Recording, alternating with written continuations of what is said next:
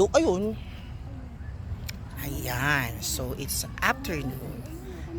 Tuesday afternoon. Last Tuesday of year 2025.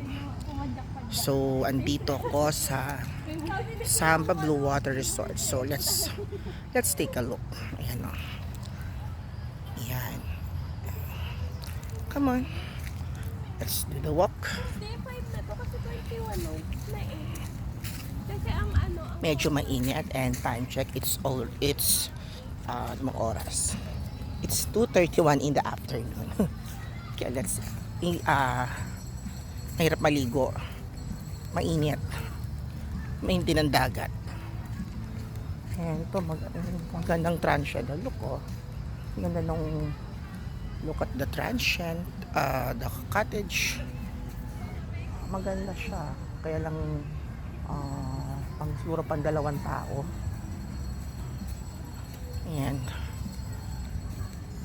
this is my first time here.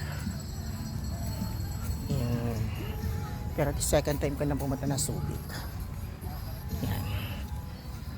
The cottages. Yan. O, malapit sa dagat. Walang mga naliligo. Konti lang. Kasi nga mainit. Yan. So, mahangin-hangin pero yan, look ko. Yung dagat. Yan.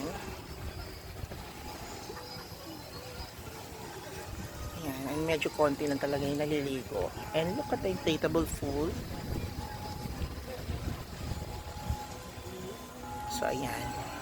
Siguro pag malamig-lamig, sa akin maliligo. Pero, the view is good. Maganda yung view. Okay. Resort.